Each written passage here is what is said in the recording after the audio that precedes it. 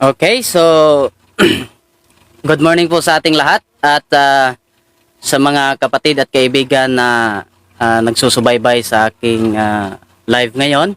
Pasalamatan natin yung Panginoong Diyos na binigyan niya tayo ng pagkakataon ang sa oras na ito at bibigyan po natin ng kasagutan, paglilinaw yung isang video ng ating kaibigan o kaibayo sa pananampalataya na isang defender din ng Katoliko na si Jando Alabado. Isang video niya ang aking napanood at tinalakay niya doon ang isa sa mga aral ng Seventh-day Adventist at kanyang pinabulaanan sa kanyang video na ito raw ay maling paggamit ng talata sa mga Seventh-day Adventist. So lilinawin natin sa ating live ngayon, pagkakataon ngayon, at kung sino man sa inyo ang friend ni Jando Alabado sa Facebook, pwede nyo ring itag siya rito, pwede nyo rin na i-mention nyo siya dito para naman na mapanood at alam kong inaabangan din niya ito mga kapatid at mga kaibigan. Sa pagkakataong ito ay tunghayan natin ang isang video. At medyo mahaba-haba yung video niya, mga 30 minutes, pero kinuha ko lang yung mga dinidiin niyang mga punto na para ipalitaw na ang Seventh-day Adventist ay nagkakamali sa paggamit ng mga talatang ito. So ito po ay bago tayo magpatuloy, lubusang magpatuloy, tayo po ay manalangin sa ating Panginoon. Makapangyarihan naming Diyos, sa iyo ay lumalapit kami sa pagkakataong ito at humingi sa iyo ng wisdom na sana po ay tulungan ninyo kami, ako o Diyos, na ma-delivery ng tama at maipakita sa mga nanonood yung katotohanan at dapat naming paniwalaan at sundin. Nawa po ay buksan niyo ang aming pag-iisip, aming puso't isipan para matanggap ang katotohanan na gusto mong ipahayag sa amin sa pagkakataong ito. Salamat na pinatawad mo ang aming mga kasalanan sa pangalan ni Jesus. Amen. Okay po, so pakinggan po natin mga kapatid at mga kaibigan yung video ng ating kaibigan at kaibayo sa pananampalataya na si Brother Jando Alabado. Ito po ang kaniyang video. Maraming nagtatanong sa akin, mga kapuntos, kung bakit daw iniwan ko yung Seventh-day Adventist, gayong dati naman akong membro doon at marami sa kanila nagtuturo ng mga nasa Biblia. Bakit ko daw nilisan ang Seventh-day Adventist? Sa video kong ito at sa mga darating kong videos, ipapakita ko sa inyo kung ano ang mga dahilan kung ba't ako umalis, yung mga talatang pinagagamit nila, kung tama ba ang kanilang unawa sa Biblia o hindi, o di kaya sinasadya ba nilang dayain ang tao sa paggamit ng mga talata. Ito po sa video kong ito, sana sundan nyo po ito dahil isisiwal ko dito ang mga maling paggamit ng mga Seventh-day Adventist Evangelist ng mga talata. Ang sabi po niya, ang purpose ng video, kung inyong napanood ayon sa kanyang introduction, ay para isisiwalat niya yung maling paggamit ng mga Seventh-day Adventist Evangelist, maling paggamit daw ng Seventh-day Adventist sa mga talata na aming ginagamit sa pagbibigay ng pag-aaral sa Biblia. So, ngayon, bakit ko ito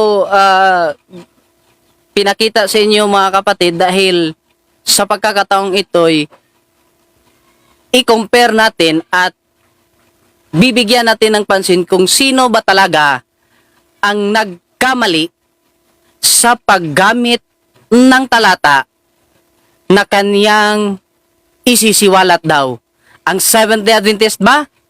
O baka siya na ang gustong siwalat, no, sa kamalian daw o pagkakamali daw o maling paggamit daw ng Seventh-day Adventist. So ayon sa kanyang video, merong nagtanong sa kanya kung bakit siya umalis sa Seventh-day Adventist. Sa makatwid, itong taong ito, si Jando Alabado, ay isang dating Seventh-day Adventist na umalis.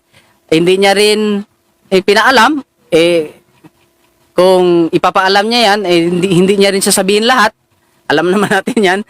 At umalis din daw siya. At kung intindihin natin, itong talata na kanyang isisiwalat ay isa sa mga dahilan bakit siya umalis. So hindi po natin, bilang Seventh-day Adventist po ay hindi natin kinokontrol ang desisyon ng isang tao kung gusto niyang umalis o gusto siyang manatili. Pero sa pagkakataong ito is magandang usapan ito dahil siya dating Seventh-day Adventist na umalis, lumipat sa Katoliko.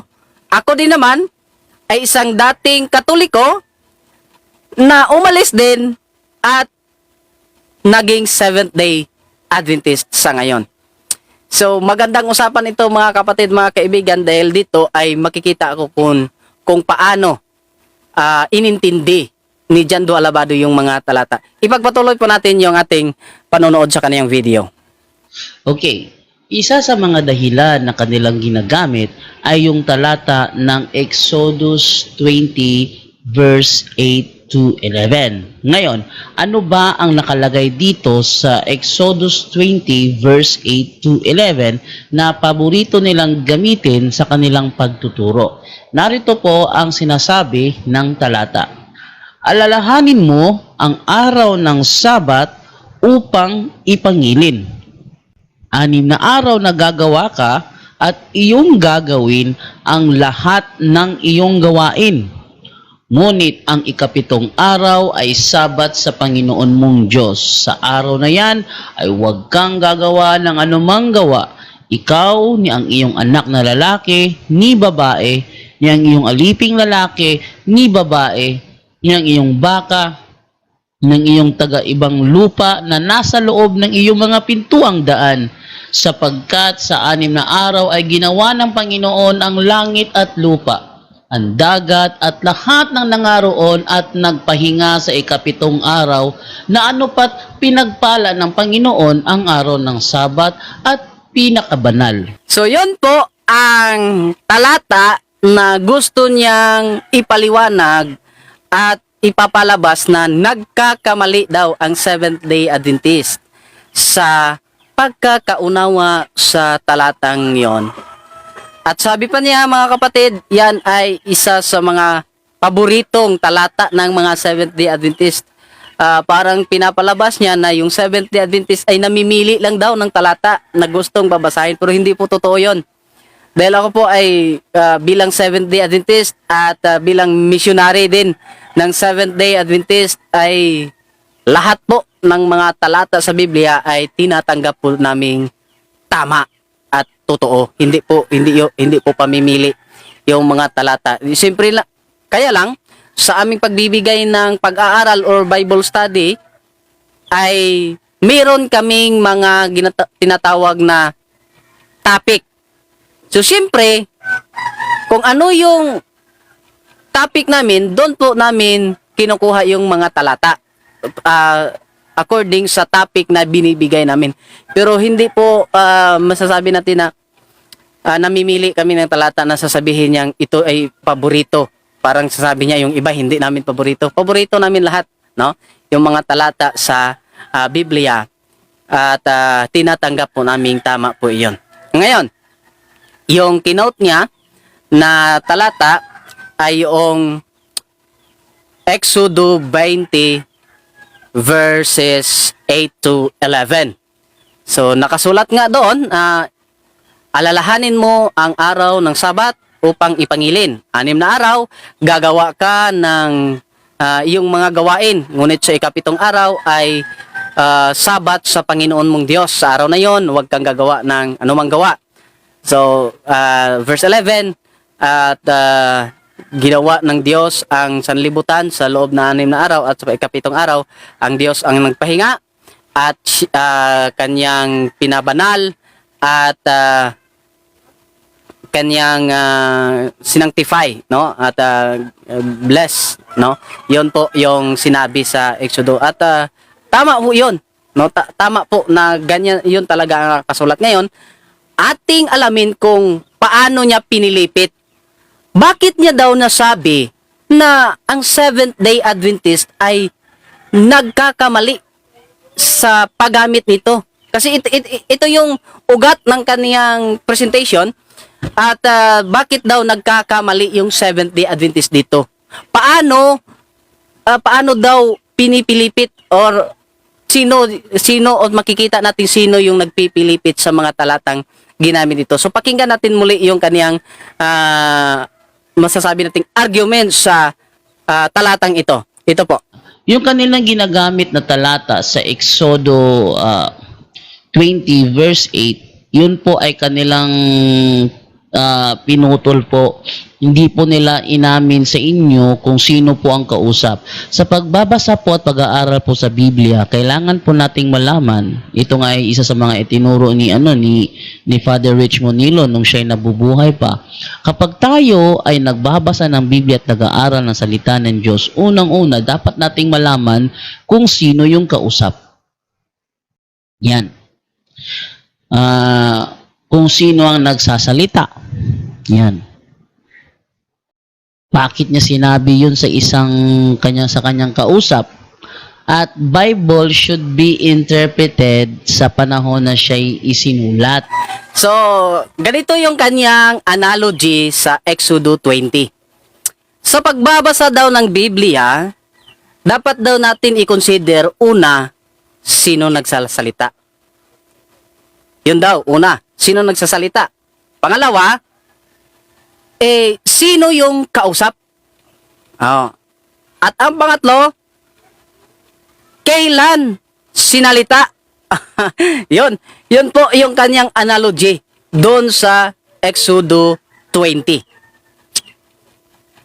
Kung ang ganyang klaseng analogy, kung ating titingnan mga kapatid, hindi po sa lahat ng pagkakataon ay yan ang klaseng analogy ang ating gagamitin. Hindi sa lahat ng pagkakataon yan ang ating gagamitin. Siguro, kung ito ibibigay ko lang sa inyo na halimbawa, siguro kung ang utos ay tungkol sa paggawa ng arka, tungkol sa utos na huwag kang kumain ng prutas na bibigay ng karunungan sa masama at mabuti doon sa Eden, yung klaseng analogy na ibinigay niya, doon pwede nating may apply doon. Pero bakit dito sa Exodo 20 ay hindi mo maaring i-apply ang ganyang klaseng pang-uunawa? Meron siyang dinagdag, no, na mga video. Pero tunghayan natin bakit nasabi ko na hindi mo pwedeng or hindi natin pwedeng i-apply na ganyan dapat ang ating pagkakaunawa.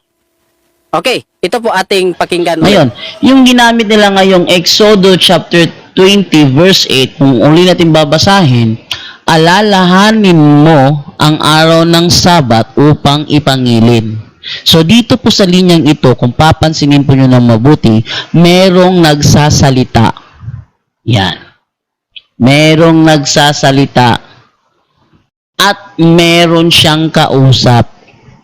Yung word, yung linya na alalahanin mo, ibig sabihin may nagsasalita at merong kausap.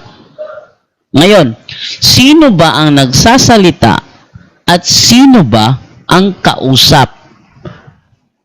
Basahin lang natin sa verse 2.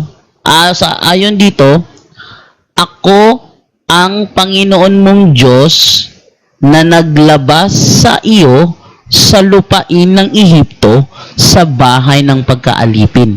Ayan. So, ang nagsasalita pala sa linyang ito ay ang Panginoon. At ang kanyang kausap ay yung kanyang inilabas sa Ehipto, sa bahay ng pagkaalipin. Ang tanong ngayon, yan bang kausap niya ay tayo ba? Ikaw ba na kanilang tinuturuan? Ang siyang kausap ba? O merong ibang kausap? Papaliwanag po natin. Ang kanyang paggamit or ang kanyang arguments, pag titingnan natin, ito yung kanyang tanong. Ikaw ba ay kasama doon sa kinausap ng Diyos? Parang ganon, no?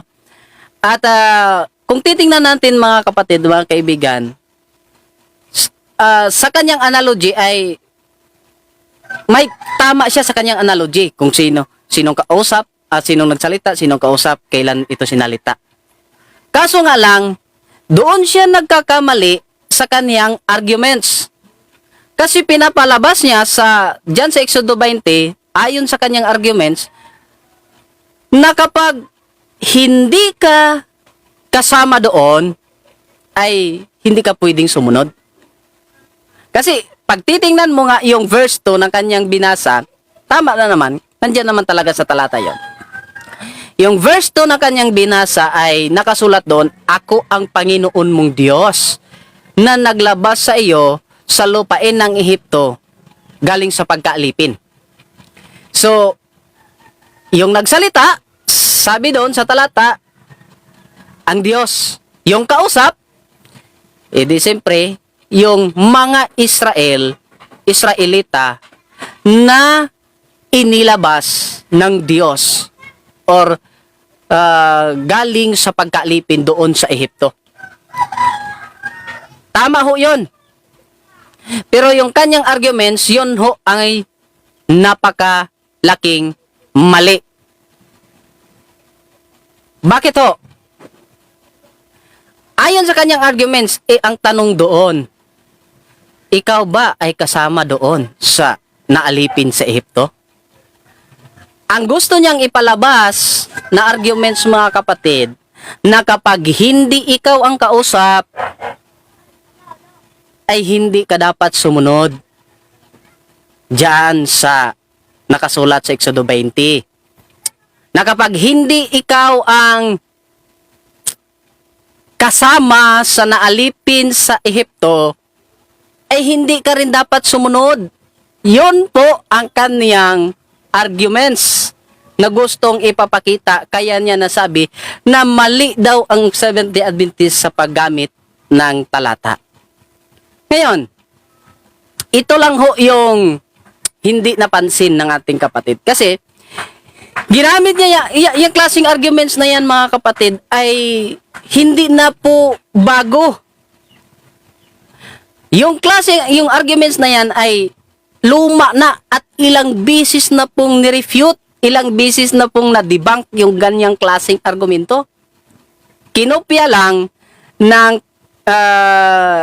kaibigan natin, tinatawag itong kaibigan kinopya lang ng kaibigan natin para ulit-ulitin yung ganitong klaseng arguments. Tama ba, mga kapatid, ang ganyang klaseng argumento? Na kapag hindi ikaw ang kausap, hindi ikaw dapat sumunod. Kapag hindi ka kasali sa naalipin, hindi mo dapat sundin yun. Tama ba ang ganyang klaseng analogy, mga kapatid? Kung ang pagbabasihan natin ay, ang pag-aaralan natin yung Exodo 20. Maling-mali po ang ganyang klaseng arguments. Bakit po?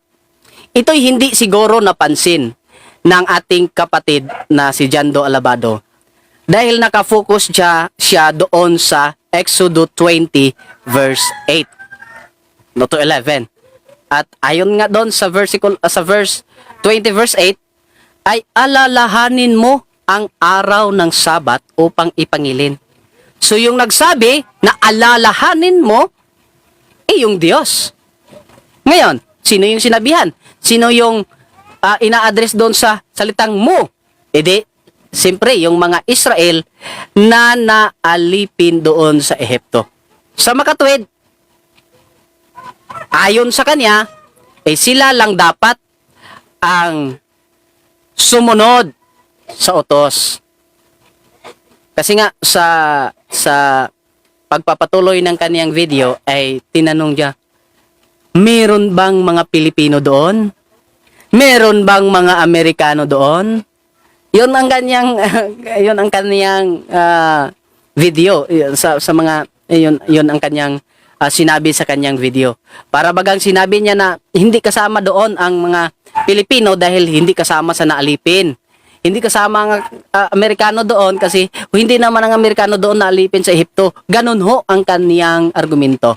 Pero napakamali na ganyang klaseng argumento, mga kapatid.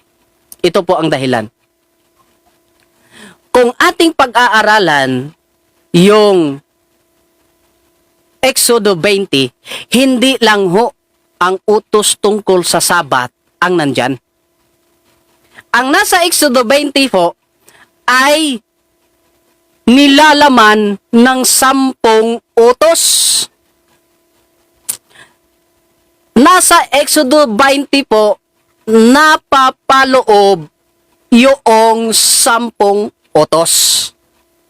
Ngayon, kung tatanggapin natin na tama yung ganyang klaseng analogy, tama yung ganyang klaseng argumento, ang lalabas, mga kapatid, na ang dapat sumunod sa 10 utos dyan sa Exodo 20 ay yun lamang inutusan ng Diyos sa panahong iyon at yun lamang ang lumabas doon sa Ehipto. Ngayon, tatanggapin ba yan ng ating kapatid? Siguro naman, kung sa Bisaya pa, magkisi-kisi na siya, balibad, na hindi lang dapat. Kasi, simplihan mo pag tungkol pag ang usapan sa Exodo 20, yung tungkol sa Sabat, ipinapalagay natin na sa ano lang yan, sa Israel, sila lang ang naalipin. Pero pag tungkol na naman sa ibang utos na kasama doon sa 10 utos, abay tinuturo naman nila na yun ay pwede nating sundin. Kasama tayo na sumunod doon. Kaya maling-mali po. Ito, ipapakita ko po sa inyo yung Exodo 20. Kung ano ba talagang nakasulat sa Exodo 20.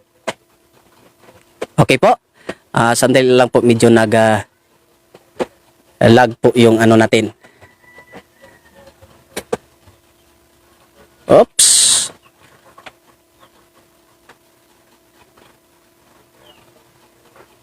Sana yung Biblia. Okay, ito. Exodo 20.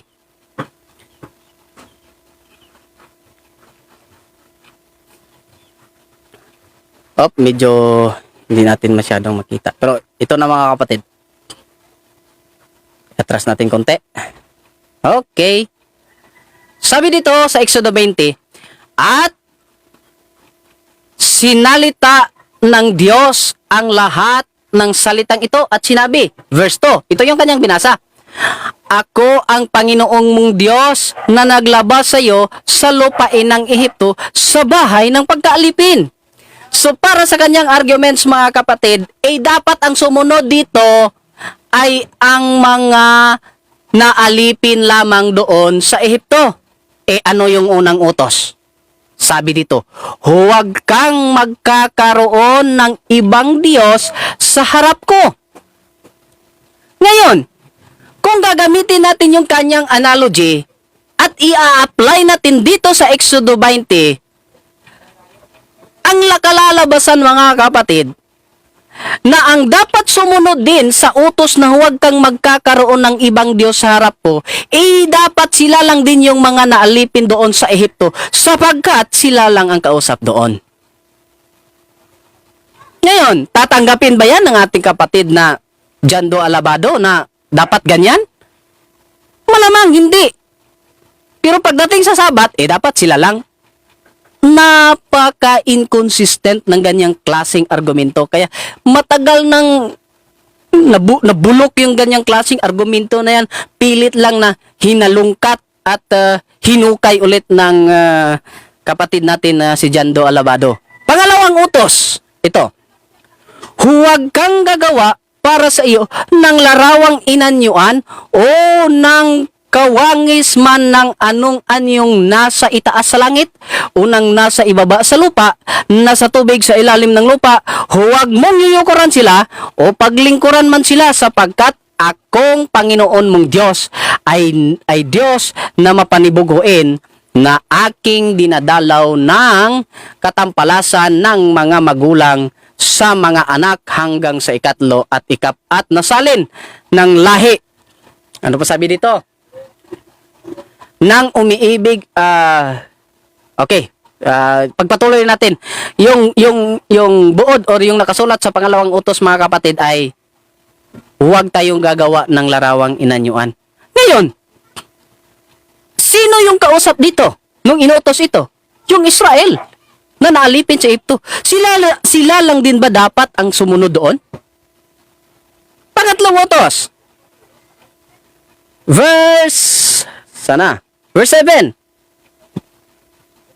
Ito po, verse 7. Huwag mong,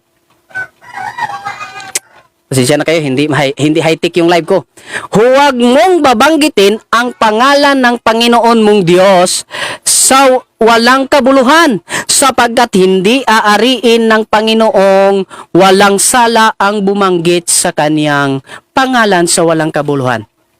Ang tanong, ang dapat bang sumunod sa utos na ito ay yun lang ding kausap ng Diyos na naalipin sa Ehipto? Malamang ayaw ng kapatid natin na ni Jando na sila lang. Ganun po, mga kapatid. Tayo ba na naglilingkod sa Diyos? Hindi ba dapat natin itong sundin?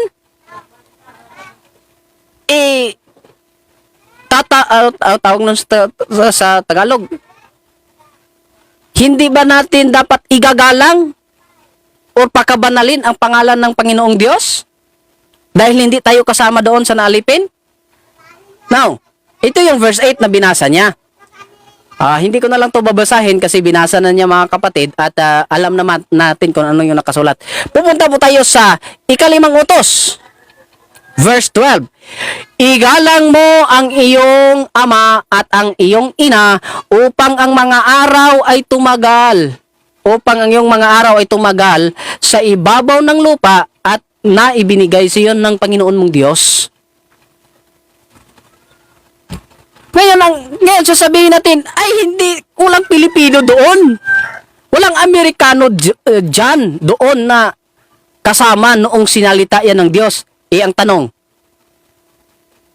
pwede na ba nating lapastanganin yung ating mga magulang? Huwag na ba nating igalang ang ating mga ama at ina o mga magulang? O hindi na ba natin dapat sundin yung ikalimang utos na ito na igalang yung mga magulang dahil hindi tayo kasama? Siguro si Jando, iwan ko kung ginagalang ba niya o hindi yung kanyang ama. Pero pag sasakyan natin, tatanggapin natin yung kanyang klaseng argumento, lalabas, mga kapatid, suwail itong si Jando Alabado. Tinuturuan tayo ni Jando Alabado na maging suwail sa ating mga magulang dahil hindi naman kailangan natin itong sundin yung ikalimang utos dahil hindi tayo kasama doon sa Ehipto. Ganyan po ang kalalabasan ng kanyang argumento. Anim na utos, sunod na utos, huwag kang papatay. Kung ganon, hindi tayo kasama doon sa kinausap at inutusan dito, lalabas, mga kapatid, tinuturuan tayo ni Jando Alabado na pumatay dahil hindi natin ito dapat sundin kung siya ang magsabi. Sunod na utos, huwag kang mangangalunya. Ang inutusan nito yung Israel lang din. Hindi Pilipino, hindi Amerikano, hindi kasama si Jando. Kaya si Jando, tinuturuan niya tayong mangangalunya. Ano pa? huwag kang magnanakaw. Ang inutusan nito, yung Israel lang din, yung nasa verse 2 lang din, yung naalipin lang din sa Ehipto. Tayo, hindi tayo nalipin, hindi tayo kasama dito. Walang Pilipino na nalipin doon sa Ehipto, kaya hindi tayo kasama sa inutusan dito. Walang Amerikano na nalipin sa Ehipto, kaya hindi sila dapat sumunod dito. At lalong-lalo na si Jando Alabado ay hindi kasama sa naalipin sa Ehipto, kaya hindi rin dapat si Jando Alabado sumunod sa utos na itong huwag kang magnakaw. Sa makatuwid, tinuturuan tayo ni Jando Alabado na magnakaw. Sunod na utos, huwag kang magbibintang sa iyong kapwa. Or sa ibang translation, huwag kang magsinungaling. Ngayon, ang naalipin dito, ang kausap dito ng Diyos, gagamitin natin yung kanyang arguments, mga kapatid. Ang kausap dito ng Panginoong Diyos ay yung naalipin sa Ehipto. Walang Pilipino na nalipin doon sa Ehipto. Walang Amerikano na nalipin doon sa Ehipto. Lalong-lalo na si Jando Alabado ay hindi kasama sa nalipin doon sa Ehipto. Kaya sa makatwid, ang itinuturo ni Jando Alabado, huwag natin itong sundin na utos ang huwag magbintang sa iyong sarili, sa iyong kapwa. Sa makatwid, si Jando Alabado tinuturuan tayong magsinungaling sa ating kapwa. Sunod na utos, huwag mong iimbutin ang bahay ng iyong kapwa. Huwag mong iimbutin ang asawa ng iyong kapwa, ni ang kanyang aliping lalaki o babae, ni ang kanyang baka, ni ang kanyang asno, ni anumang bagay ng iyong kapwa. Ang tanong, kasama ba yung Israel, yung Pinoy dito na inutusan na alipin sa Ehipto? Kasama ba yung Amerikano dito na naalipin sa Ehipto kaya dapat sumunod siya? Kasama ba si Jando Alabado na naalipin sa Ehipto at kailangan sumunod siya dito? Ang tanong, hindi. Walang Jando Alabado na kasamang naalipin sa Ehipto at walang Jando Alabado na kausap ng Diyos sa panahong sinalita ito ng ating Panginoong Diyos. Sa makatuwid, mga kapatid, kung yung argumento ni Jando Alabado tatanggapin nating tama, parang sinabi na rin niya na dapat nating iimbutin yung bahay ng ating kapwa, asawa ng ating kapwa, o kung anumang bagay na nasa ating kapwa. Ganon ho ang kalalabasan, mga kapatid, ng argumento ni Jando Alabado. Malamang itong malamang, mga kapatid, itong si Jando Alabado manggagalaiti ito sa kadidinay na hindi dapat ganon. Ha? Sasabihin niya, hindi yun. Yung Exodo 20 lang, yung tungkol sa Sabat lang yun. Yung iba, para yun sa atin. Napaka-inconsistent ng ganyang klaseng argumento, mga kapatid. Package yun. 10 utos nga babawasan mo. Yung 9 ay susundin mo. Yung isa, yung ika-4 na utos ay ipagtutulakan mong sa Israel lang dahil ayaw mo nun. Maling-mali ang ganyang klaseng argumento, mga kapatid. Napaka-mali ang ganyang klaseng argumento. At ito pa, ito yung matindi. Dahil si Jando Alabado ay nagmamagaling, nagmamarunong sa ganyang klaseng pagpapaliwanag. Bakit? Bakit sinabi kong nagmamagaling siya at nagmamarunong? Hindi naman ganyan ang stand ng Katolik.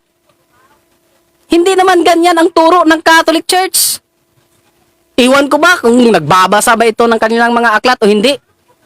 Bakit napunta or nailagay niya sa kanyang kukote o sa kanyang isipan ang ganyang klaseng argumento na kinopya niya lang naman sa ibang mga reliyon.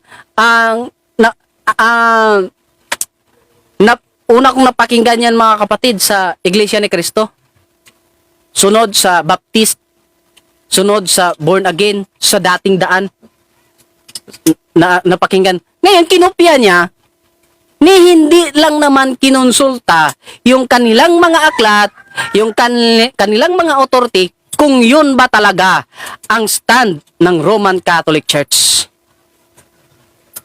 na kung sino lang ang na pagdating sa Exodo 20, kung sino lang ang inutusan doon, kung sino ang naalipin sa Ehipto, sila lang ang dapat no sumunod.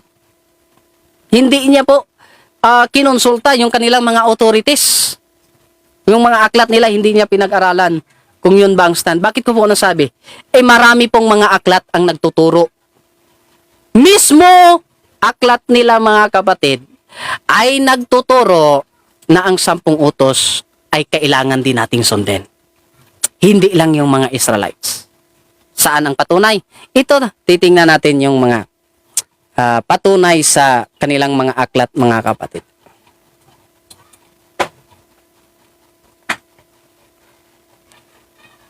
Alright.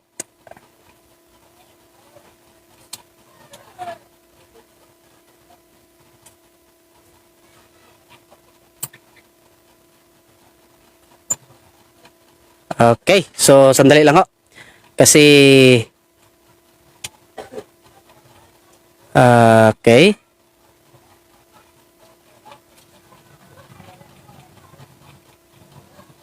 Ito na.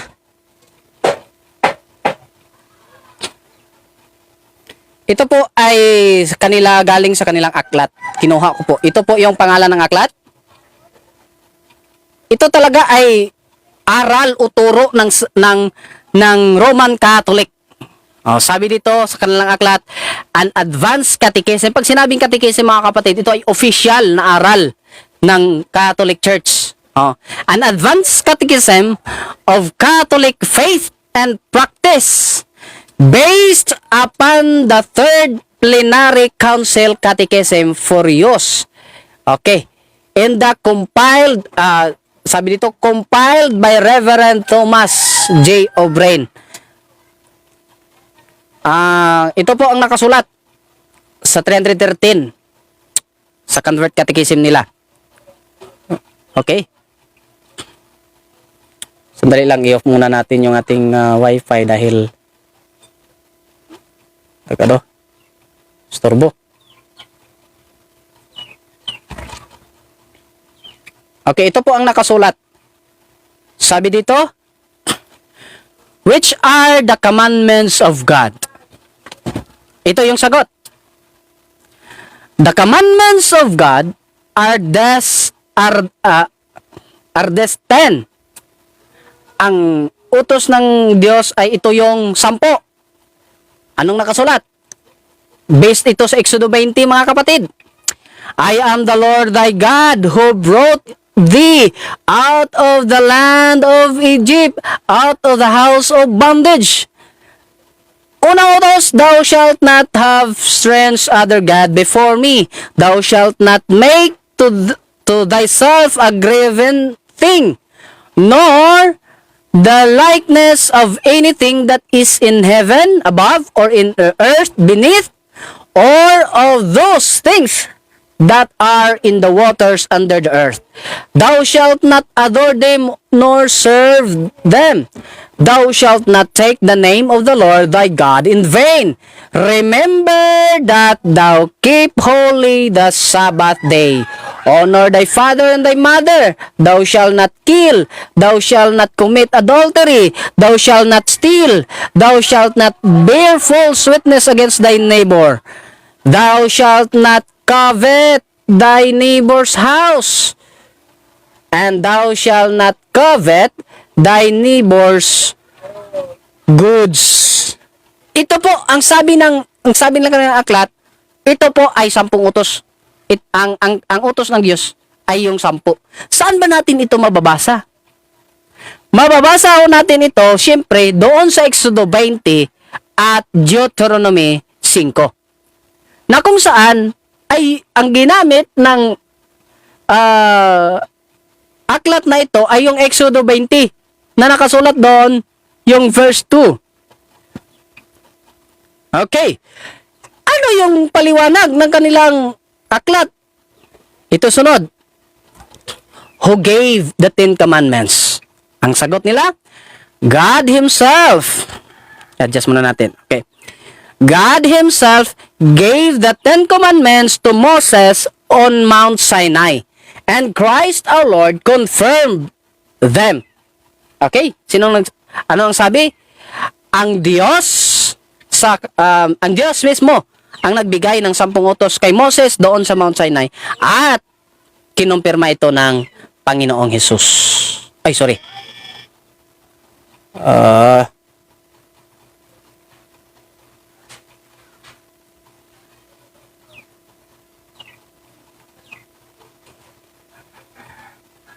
Okay, ito.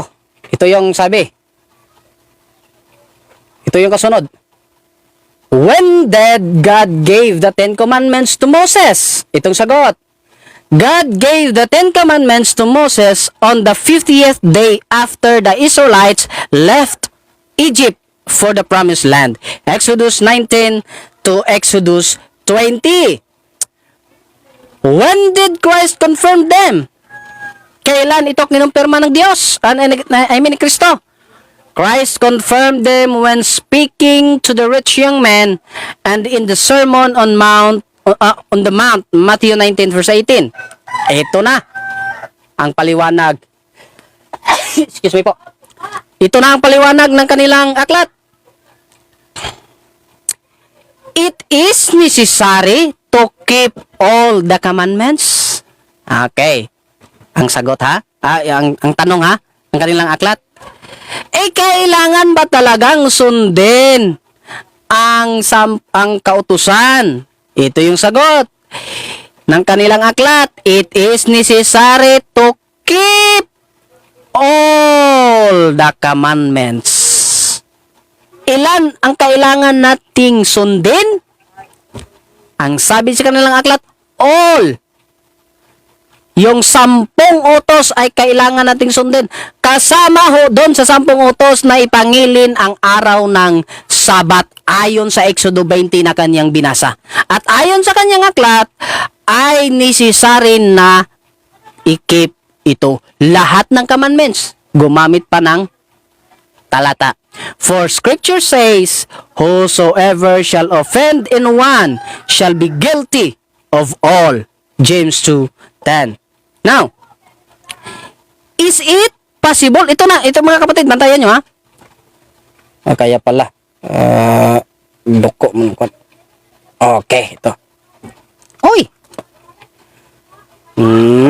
Okay. Ito na mga kapatid. Is it possible? Is it possible for us to keep all the commandments? Pansinin niyo yung tanong. Is it possible for us?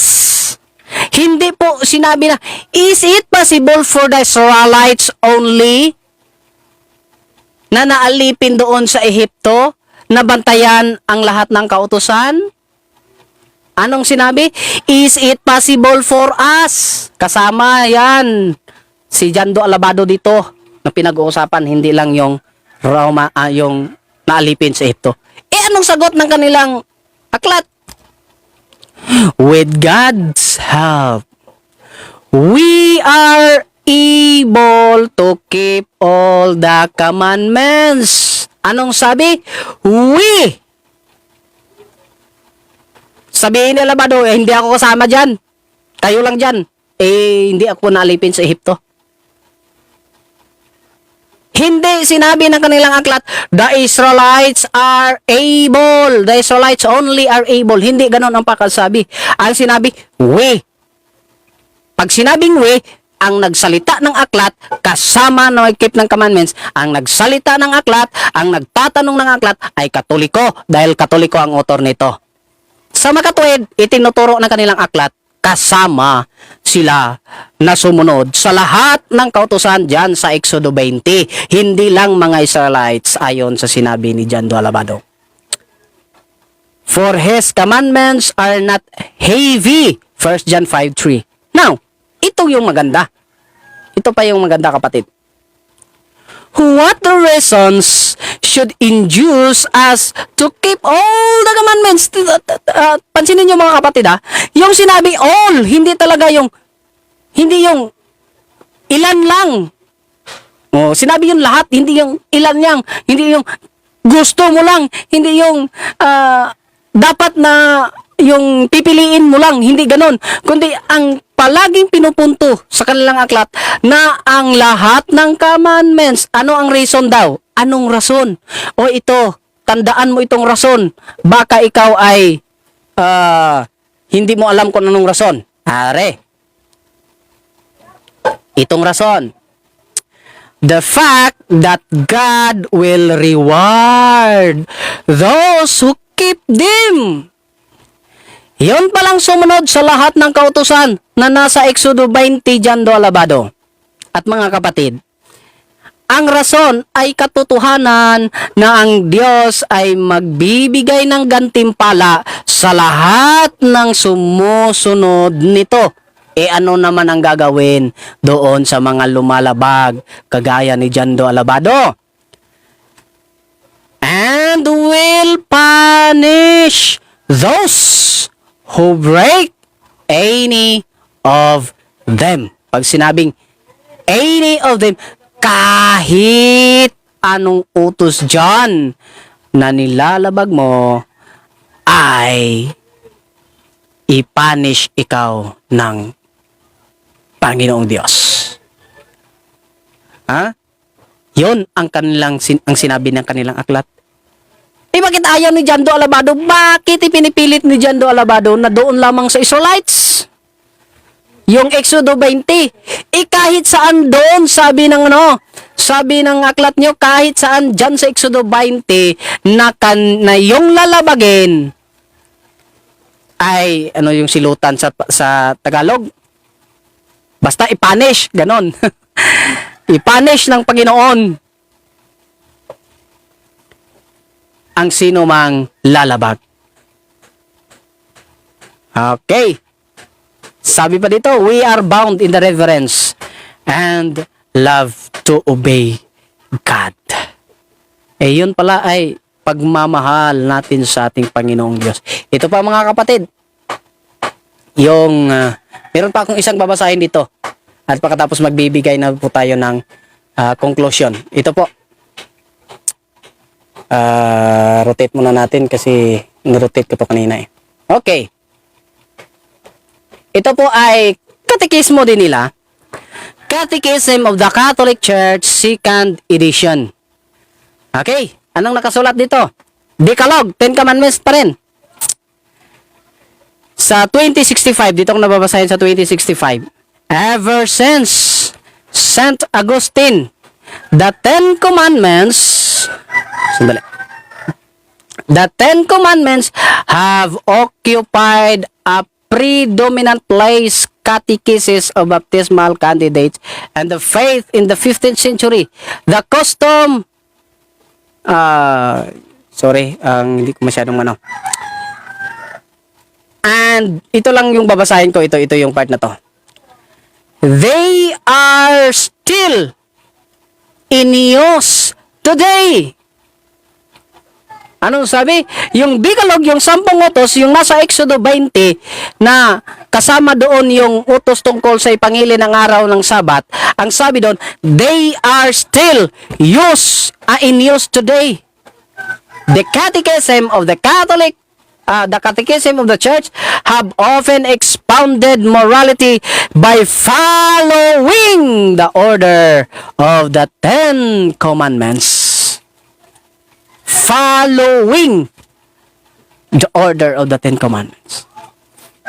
Yun po ang turo at aral talaga ng Roman Catholic. Sundin yung 10 utos. O ito pa, Council of Trent na naman. 2016 din.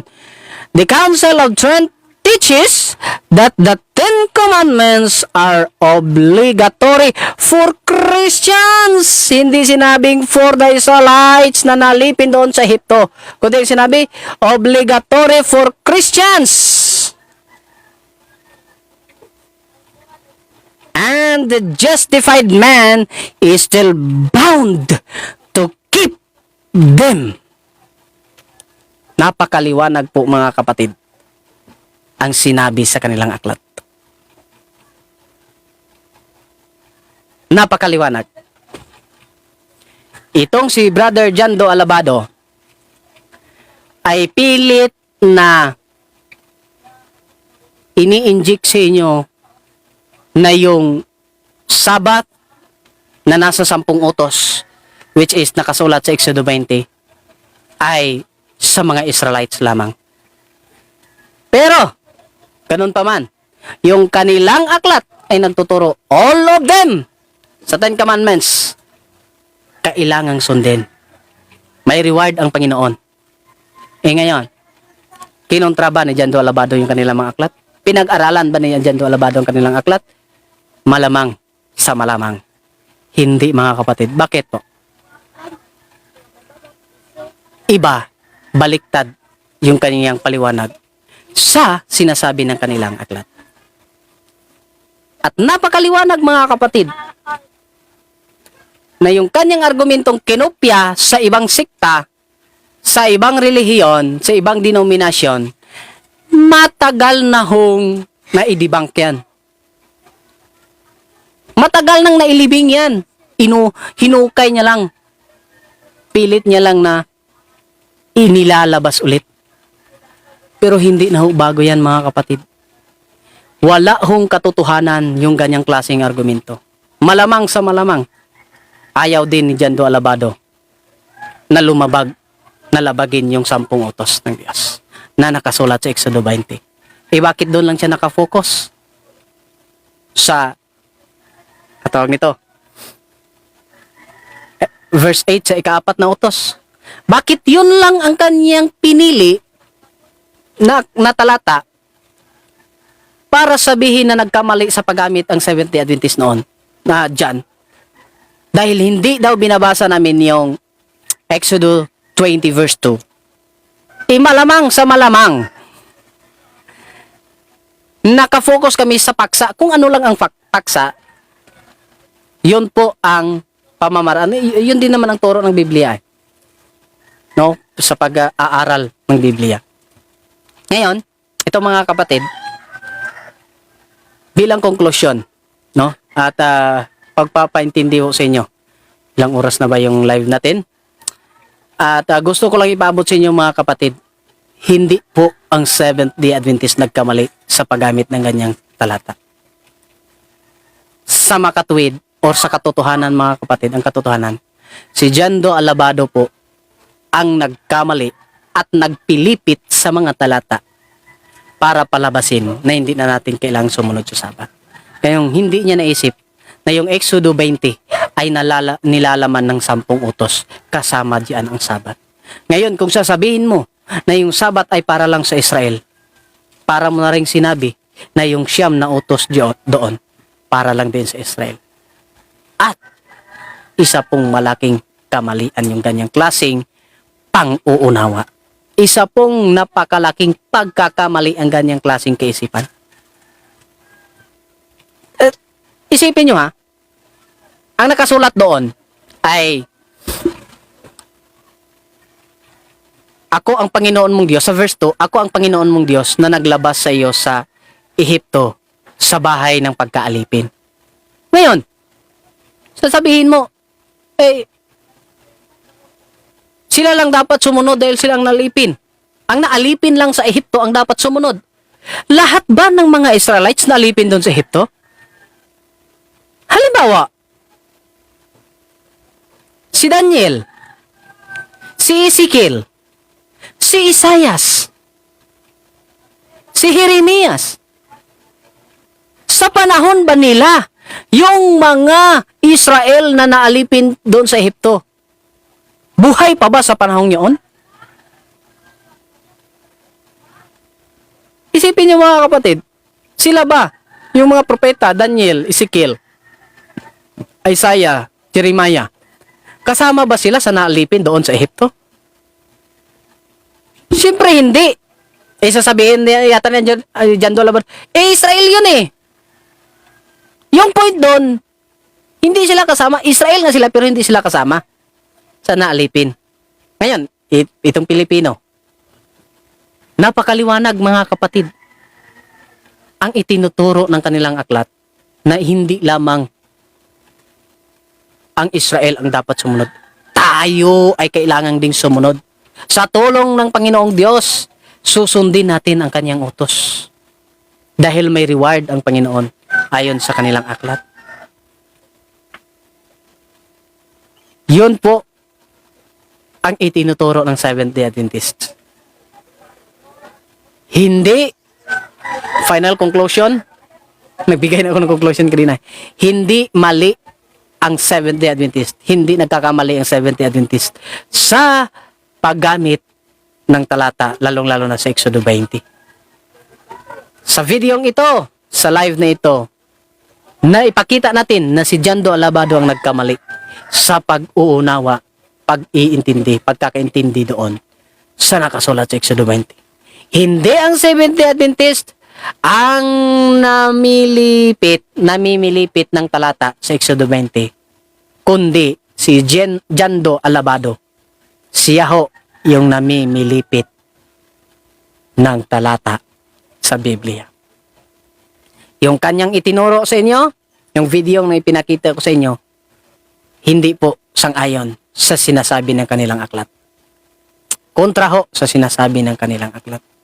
Sana ho mga kapatid, mga kaibigan, tayo po ay matuto at tanggapin natin kung ano ang katotohanan. Walang masama sa pagsunod sa 10 utos. Hindi ka mapapasama. Sinasabi ko sa inyo. Hindi ka mapapasama pag susundin mo yung 10 utos. Wala namang ikasasama sa tao dyan. Huwag kang papatay pag susundin mo yun.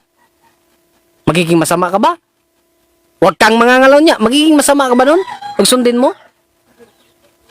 Ang masama paglabagin mo yun. Bakit? Ito po ang paalala ng ating Diyos sa pamamagitan ni Solomon. Basahin po natin mga kapatid.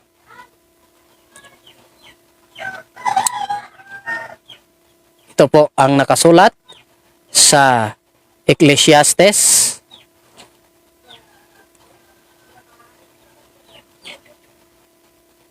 Ecclesiastes 12 verse 13, mga kapatid. Ito po ang nakasulat. Basahin po natin. Verse 13. Ito po, dito tayo mag-uumpisa. Ito ang wakas ng bagay. Lahat ay narinig.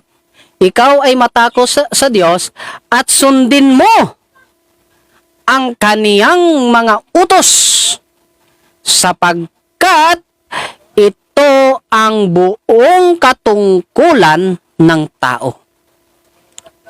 Yung 10 utos, mga kapatid, yung utos ng Diyos, itinuturo na at kailangan nating sundin. Sapagkat, sabi dito sa verse 14, dadalhin ng Diyos ang bawat gawa sa kahatulan, pati ng bawat kubling bagay, maging ito'y mabuti o maging ito'y masama. Mga kapatid at mga kaibigan, ang itinuturo ng Biblia ay sundin natin ang utos ng Diyos sapagkat yon ay katungkulan, buong katungkulan ng tao. No po tayo ay sa ating serve sa Panginoon ay tatanggapin natin sa ating puso't sarili kaisipan na sumunod tayo sa utos ng Diyos. Huwag po tayong suwail. Yun po ang kagustuhan ng Diyos sa atin. Yun po ay buong katungkulan nating mga tao na nag-serve sa Panginoon at sumasamba sa ating Panginoon.